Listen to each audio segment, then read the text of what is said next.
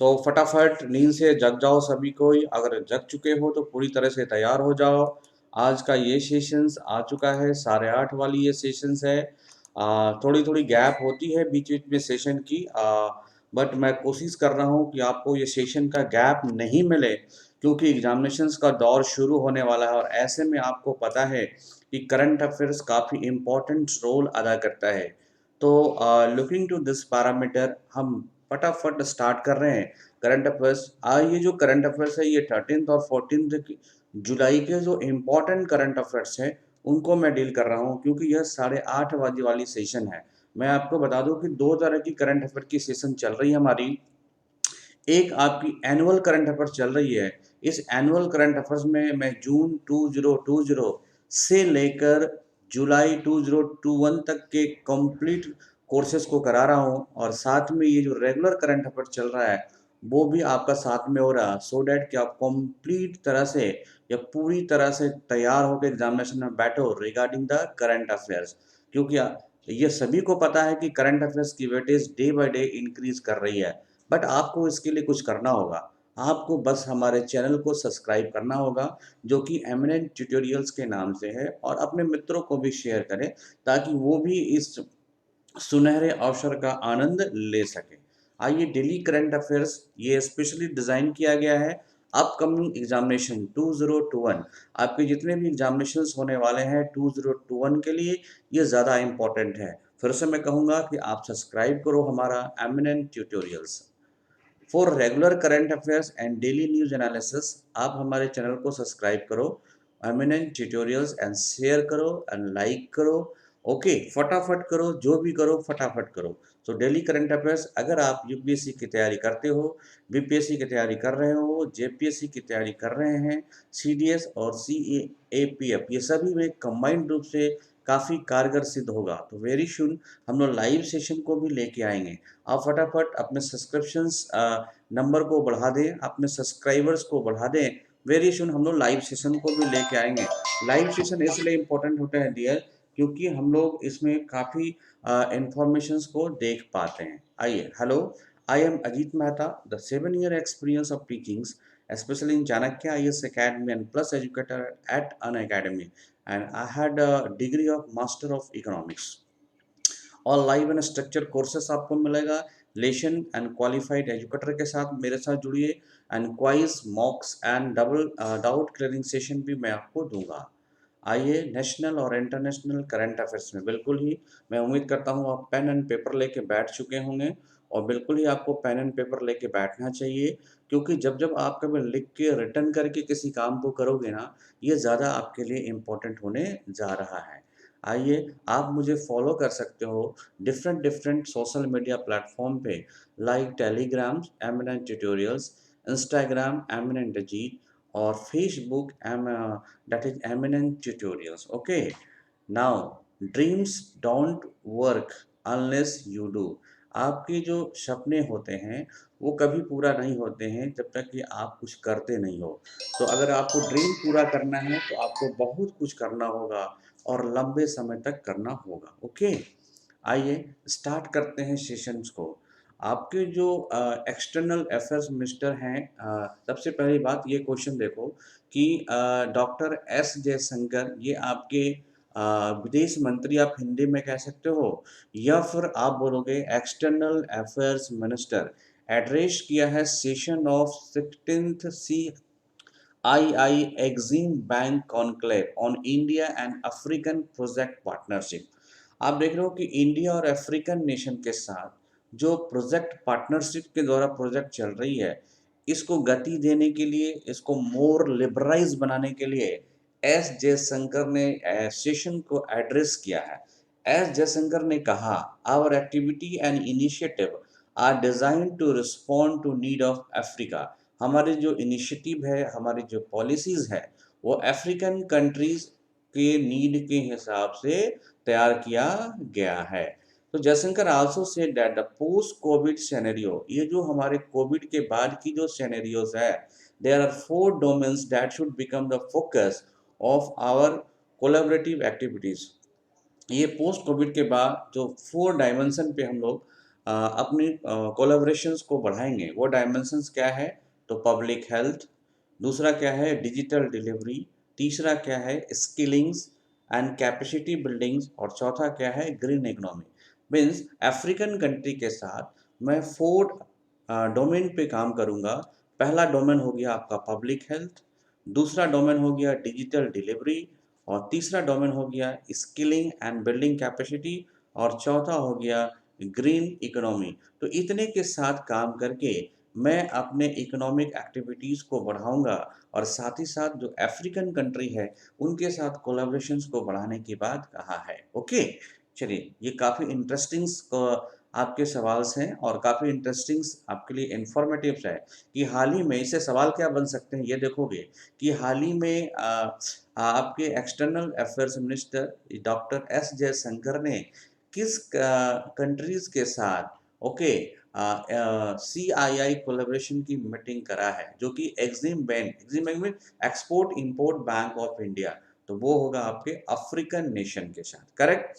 अब बात क्वेश्चन पूछा जा सकता है ये कि कितने डोमेन पे हम लोगों ने एक कोलैबोरेशन एंड कोलैबोरेशन एक्टिविटीज को बात करने कहा है। वो है public health, digital delivery, skilling capacity and green economy. Clear है? चलिए next. PM Modi to visit Varanasi on 15 July. Prime minister Narendra Modi 15 जुलाई को वाराणसी विजिट्स कर रहे किए हैं, और उन्होंने प्रोजेक्ट को जो ओपनिंग करना था वो 7,744 करोड़ प्रोजेक्ट को उन्होंने ओपनिंग करा है। He will also laid the foundation stone of several project work public work rupees 839 crore. मतलब आप अगर कुल देखोगे 744 और प्लस 839, तो 9 एंड 3 8 1583 करोड़ के प्रोजेक्ट का उन्होंने इनोवेशन किया है या शिलान्यास किया है। दिस इंक्लूड्स, इसमें क्या क्या है? Skilled and technical supports to central institutes of petrochemical engineering and technology, CIPET. आप देख रहे हो कि सीपेट की स्थापना की जाएगी। इसके लिए क्या है? लोगों को रोजगार के ऑप्शन मिलेंगे डियर। ये सीपेट की स्थापना कई बार पूछेगा कि प्रधानमंत्री ने रिसेंटली अपने बनारस के दौरे पे किस इंस्टीट्यूशंस की स्थापना करी है? तो central institute of petrochemical engineering and technology. और इसके साथ ही साथ 143 rural project under the Jal Jeevan mission and mango and vegetables integrated packs houses in, okay, Karkhiyan. Karkhiyan जगह है, वहां पे आपने इसको इनॉग्रेशन किया है। आइए, Afghanistan on brink of a humanitarian crisis. जिस तरह से आपने देखो तालिबान की जो खतरा है वो अफगानिस्तान पे मंडरा रहा है। हालांकि डियर, तालिबान के पास मात्र अगर बात करोगे तो 77,000 लड़ाके हैं, लेकिन ये सारे क्या हैं? काफ़ी क्रूरता के साथ हैं। इनको ह्यूमैनिटेरियन लॉस का मतलब नहीं है, ये सिर्फ अफगानिस्तान पर अपनी सत्ता चाहते हैं, अफगानिस्तान पर अपना रूल आउट करना चाहते हैं। लेकिन अफगानिस्तान एक कंट्री है, डेमोक्रेटिक कंट्री है, तो इनको डेमोक्रेटिक तरीके से वार करना होगा। हालांकि अफगानिस्तान के बाद 4 लाख फौजेस हैं, लेकिन ये सक्सेस तभी होंगे जब इनको एयर फैसिलिटीज किसी कंट्री के द्वारा अगर मिल जाए, तो ये फिर तालिबान पे क्या है? प्रभावी हो सकते हैं। ये बातें चल रही हैं। Even as the US general leading the war in Afghanistan, Austin Miller has relinquished command and left Afghanistan. जैसा आपको पता है कि अमेरिका ने अपने सारे सैनिकों को बुलाना शुरू कर दिया है। इसके बीच में जो अफगानिस्तान है वो कमज़ोर पड़ गया है, और तालिबान ने अपना अटैक को फास्ट कर दिया है। इसके कारण अफगानिस्तान के अंदर ह्यूमैनिटेरियन क्राइसिस देखने को मिल रहा है। फिनेंस मिनिस्टर निर्मला सीतारमन और finance minister of Bhutan Lyonpo Namgay Lyonpo Namgay Tsherings jointly launch भीम यूपीआई इन भूटान। सीधी सी बात है डियर, अगर बात करोगे इस पॉइंट्स को, तो यहाँ से क्वेश्चंस एक बन सकते हैं कि भारत का पहला किस कंट्री ने भारत का भीम ऐप को अपने ट्रांजैक्शंस की मान्यता दे दी है? तो भूटान पूरे वर्ल्ड में एक पहला ऐसा नेशन है जो भारत का अपना पेमेंट गेटवे सिस्टम, वो क्या है डियर? भीम है। इसको भूटान के अंदर ट्रांजैक्शंस की अनुमति दे दी है। So Bhutan is the first country to adopt UPI standard for its IQ development and the first country in our immediate neighbour, और ये हमारे पड़ोसी का पहला कंट्री है जिन्होंने ट्रांजेक्शन मतलब भीम एप्स ट्रांजेक्शन को अलाउड कर दिया है। विद द लॉन्च ऑफ भीम UPI service there has been a new momentum in the 53 year old diplomatic tie up between both nation. और ये करने से हमारा जो 53 सालों का भूटान के साथ जो एक रिलेशन है, राजनीतिक संबंध है, डिप्लोमेटिक रिलेशंस हैं, इनको और मजबूती देखने को मिल जाएगी। IIT Madras and Sony India jointly host national level hackathons क्या है संविधान 2021 ओके। तो sorry, IIT Madras and Soni India jointly host किया है नेशनल लेवल ऑफ हैकाथॉन्स संविधान 2021। The Indian Institutes of Technology Madras and Sony India have collaborated to jointly organize a national level hackathons called the Samvidhan 2021, that is Sanctioning Solution for Bharat।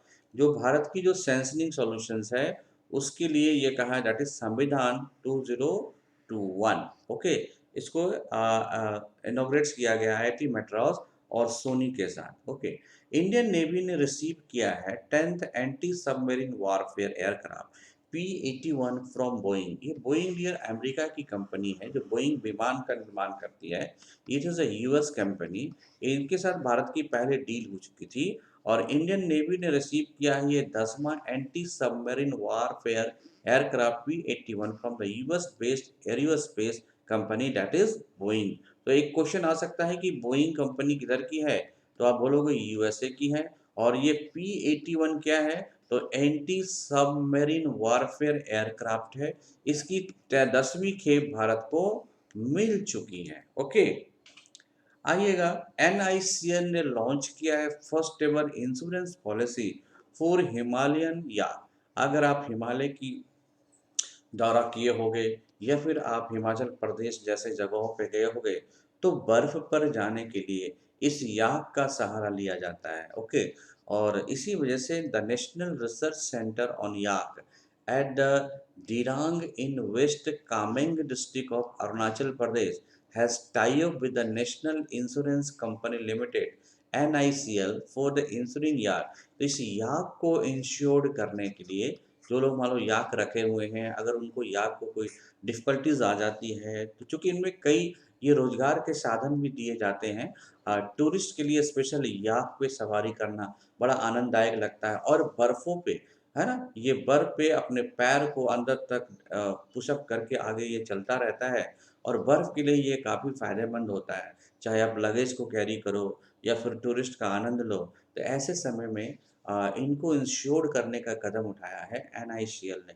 This is the first, यह पहली ऐसा instance है in the country that the insurance policy for valuable Himalayan cattle.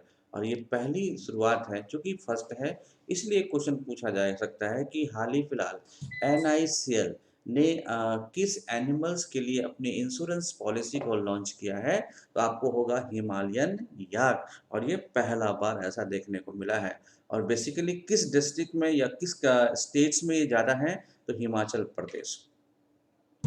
Nepal ने एक tie up किया है US 1.3 billion mega deal with India to develop 679 megawatt lower Arun hydro power project okay.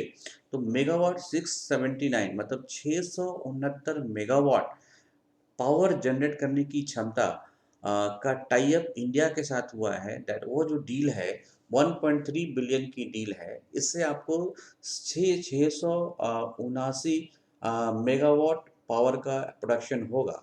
इसने sign किया है billion deal with India to develop a 680 या 679 megawatt lower that is Arun hydro power project located between okay Sankhuwala and the Bhojpur district in eastern Nepal okay. ये काफ़ी important होगा। यहाँ से जो महत्वपूर्ण क्वेश्चन बन पाते हैं उन पर ध्यान दीजिएगा। ये डील कितने की है, तो 1.3। किन के बीच में है, तो इंडिया एंड नेपाल। ये किस तरह का है, तो हाइड्रो पावर प्रोजेक्ट है, मतलब वाटर से इलेक्ट्रिसिटी बनेगी। और कितने मेगावाट का जनरेशन है, तो 679 मेगावाट्स का, ये काफ़ी इंपॉर्टेंट है। The struggle within a memory of emergency, एक बुक लिखी गई है, इस बुक का नाम क्या है, द स्ट्रगल विद इन। ये काफ़ी अच्छी बुक है, ये एग्जामिनेशन में आ सकते हैं, ऐसा कई बार एग्जामिनेशनों में देखा गया है, बुक से क्वेश्चंस काफ़ी आते हैं। तो जो हमारी सेशन चल रही है जून 2020 से लेकर जुलाई 2021 की जो सेशन हमारी चल रही है, एक क्लासेस मैंने उनको दिया है, वो कल आपका वो सेशंस मिलेगा, अल्टरनेट सेशन मिलता है, तो वो आपकी जो चल रही है उनमें भी कई बुक्स आएंगे। तो डियर, ये लिखते चलोगे, आप मान के चलो कि पूरे साल में 20 या 22 बुक्स हो जाएंगे। इनको एक बार ब्रीफिंग कर लेना है, इनमें से क्वेश्चन जरूर आते हैं। The struggle within a memory of emergency by Ashok Chakravarti, a new book title the struggle within a memories of the emergency. Bharat में जो इमरजेंसी इंदिरा गांधी के समय 1975 से 77 के दौरान लगी थी, उस समय की बातों को कॉन्साइड्स करके ये बुक लिखा गया है, जो अशोक चक्रवर्ती ने लिखा है, और बुक को पब्लिश करेगा हार्पिक कॉलिंस इंडिया के द्वारा इसे पब्लिश किया जाएगा। ओके, तो मेजर मेजर फोकस है कि अशोक चक्रवर्ती ने इस बुक्स को लिखा है, और किस पे आधारित है, इमरजेंसी पे आधारित है, और भारत में इमरजेंसी 1975 और 77 के बीच में लगी थी। कैबिनेट ने अप्रूव किया है continuation of centrally sponsored scheme national AYUSH mission for 5 year from 21 to 26। आप देख रहे हो कि नेशनल आयुष मिशन जो है वो भारत की एक महत्वाकांक्षी वाली स्कीम है। इस स्कीम को की जो अवधि है फर्दर 5 ईयर्स के लिए बढ़ा दी गई। कैबिनेट ने अपनी chair by the prime minister Narendra Modi has approved the continuation of centrally sponsored scheme national AYUSH mission for another 5 years. Okay, the central has allocated 4,607.30 crore rupees. Okay, for the scheme to be invested over 5 years. इसमें 3,000 का जो investment है वो central करेगा, और 1,607 का जो है वो स्टेट के द्वारा किया जाएगा।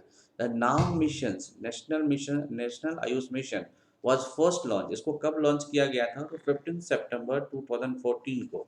Okay, the national AYUSH mission is being implemented by ministry of Ayush, यह आयुष मंत्रालय के द्वारा किया था। आयुष का डियर होता है आयुर्वेदा, यूनानी, okay, Ayurveda, Unani, Siddha, and Homeopathy.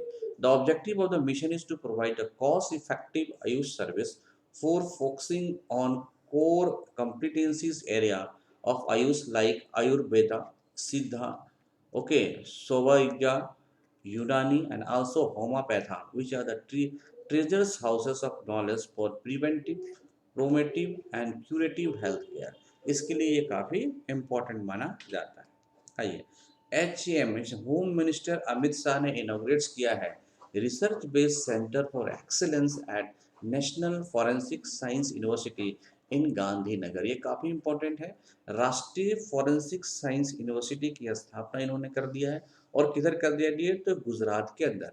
Union home minister Amit Shah inaugurated the centre of excellence for research and analysis of narcotics, drugs, psychotropic substances at the National Forensic Science University at Gandhinagar in Gujarat on July 12, 2002। ये काफ़ी important है, गुजरात को बहुत सारे सौगात मिले हैं, और ये इनमें से एक इम्पोर्टेंट सौगात है कि यहाँ पे फॉरेंसिक्स लेबोरेटरी के साथ साथ फॉरेंसिक्स यूनिवर्सिटी खुल गया है, जहाँ पे बच्चे अपने आप को रिसर्च में इन्वॉल्व कर पाएंगे, काफ़ी इम्पोर्टेंट।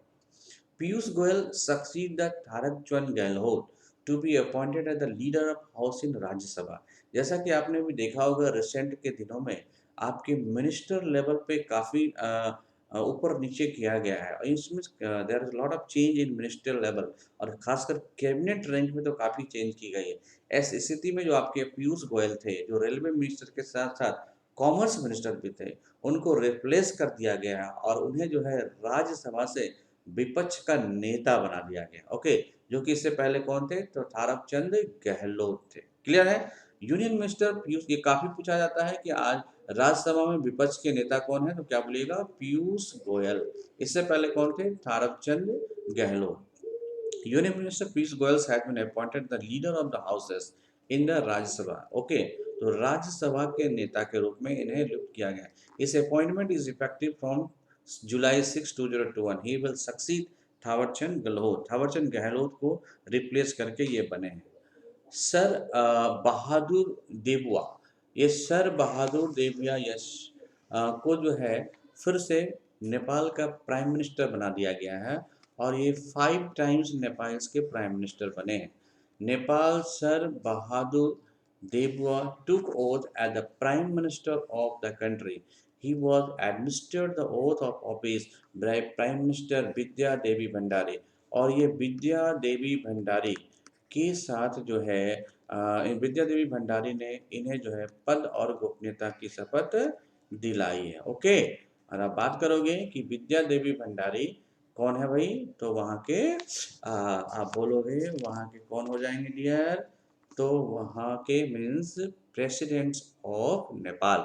तो Sher Bahadur Deuba takes charge as a prime minister of Nepal 5 times. Okay, आप देखोगे कि जो सर बहादुर देवुआ है ये 5 टाइम्स बने हैं और ये 74 ईयर ओल्ड और 5वीं बार इन्हें बनाया गया। तो पहली बार इन्हें कब बनाया गया था, अगर ये बात करोगे तो ये 2017 और 18 के लिए पहली बार पीएम बने थे।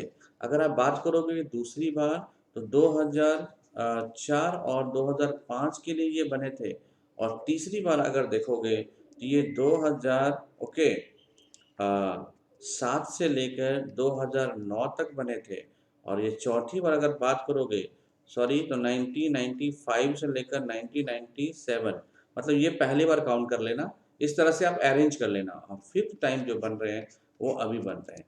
तो लगातार नहीं बोल सकते और 5वीं बार नेपाल के प्राइम मिनिस्टर कौन बने हैं, सर बहादुर देवुआ। अगर बात करोगे सर बहादुर देवुआ की इंफॉर्मेशन की तो ये नेपाली कांग्रेस के किस पार्टी से ये बिलोंग करते हैं, नेपाली कांग्रेस से ये बिलोंग करते हैं और ये नेपाली कांग्रेस भारत सपोर्टिव पार्टी है ये। ओके, चलिए, NTPC gets go ahead to construct India largest solar power park in Kutch. अब देख रहे हो कि जितनी बातें हो रही हैं गुजरात के अंदर काफी देखने को मिल रही है। तो NTPC national thermal power corporation उन्हें कच्छ के अंदर एक इंडिया का सबसे बड़ा सोलर पावर पार्क को बनाने की बात करा है। The solar power park will have a capacity of 4.75 gigawatt. आप समझ सकते हो, मेगावाट से ऊपर हो गया गीगावाट, जिसको आप लोग कह सकते हो 4750 मेगावाट इलेक्ट्रिसिटी का प्रमोशन करेगा। The project will constructed through NTPC renewables energy arms. NTPC renewable energy, NTPC REL के द्वारा, मतलब रिन्यूएबल सोर्सेस के द्वारा, जो गैर परंपरागत सोर्सेस हैं उससे आप इन्होंने बिजली उत्पादन करने की बात करा। NTPC limited India largest power generation is set up construct India single largest solar photovoltaics project at Rann of Kutch region in Khandwa Gujarat. वो खांडवा गुजरात के अंदर इसे एस्टेब्लिश किया गया है। ये काफ़ी इंपॉर्टेंट क्वेश्चन होगा कि हाल ही में भारत के अंदर किन जगहों पे लार्जेस्ट मतलब इंडिया का सबसे बड़ा सोलर पावर पार्क बनाया गया है, तो आप बोलोगे कच्छ। कच्छ से थोड़ा और अंदर पूछेगा तो खांडवा डिस्ट्रिक्ट ऑफ गुजरात हो जाएगा। और कितनी उत्पादन करेगा डियर, तो ये 4750 मेगावाट या 4.75 गीगावाट किसका उत्पादन करेगा, इलेक्ट्रिसिटी का उत्पादन करेगा। ओके, और एनटीपीसी आरईएल जो है ये 100% सब्सिडी है किसका, एनटीपीसी का, national thermal power corporation. Receive the approval by the ministry of new and renewable energy on 12th July 2021 under the mode 8 ultra mega renewable power park of the solar park. इसमें भारत में 8 बनाए जाने हैं जिसमें से एक यहाँ पे बनाया गया है और इसकी टारगेट है कि 60 गीगावाट जो एनर्जी का उत्पादन 2032 तक हम सोलर के माध्यम से कर लें। ओके, चलिए, सो लॉट ऑफ थैंक्स आपने सुना, मुझे लगता है कि आपको काफ़ी इंफॉर्मेटिव नॉलेज मिल चुकी होगी। So thanks. इसके बाद भी आपके पास कोई क्वेश्चंस है तो आप मेरे को कांटेक्ट कर सकते हो eminenttutorials@gmail.com पे, या फिर आप डायरेक्ट कांटेक्ट कर सकते हो दिस नंबर पे, या फिर आप अपने आप को सब्सक्राइब कर लो Eminent Tutorials, Eminent at the rate of YouTube Eminent Tutorials. Subscribe करो, subscribe at the rate of YouTube Eminent Tutorials, ताकि आपका आने वाला कोई भी लेसन जो है बिल्कुल ही मिस ना हो और आप अपने एग्जामिनेशन की प्रिपरेशन को पूरी तरह से वेलोसिटी के साथ करें। उम्मीद करते हैं कि ये सेशंस आपके लिए काफ़ी फ़ायदेमंद होगा। फिर मिलते हैं कल एनुअल सेशन के साथ, फिर मिलते हैं हम लोग रेगुलर सेशन के साथ। तो alternate annual and regular. Thank you, will meet soon for a highly informative video once again. Thank you.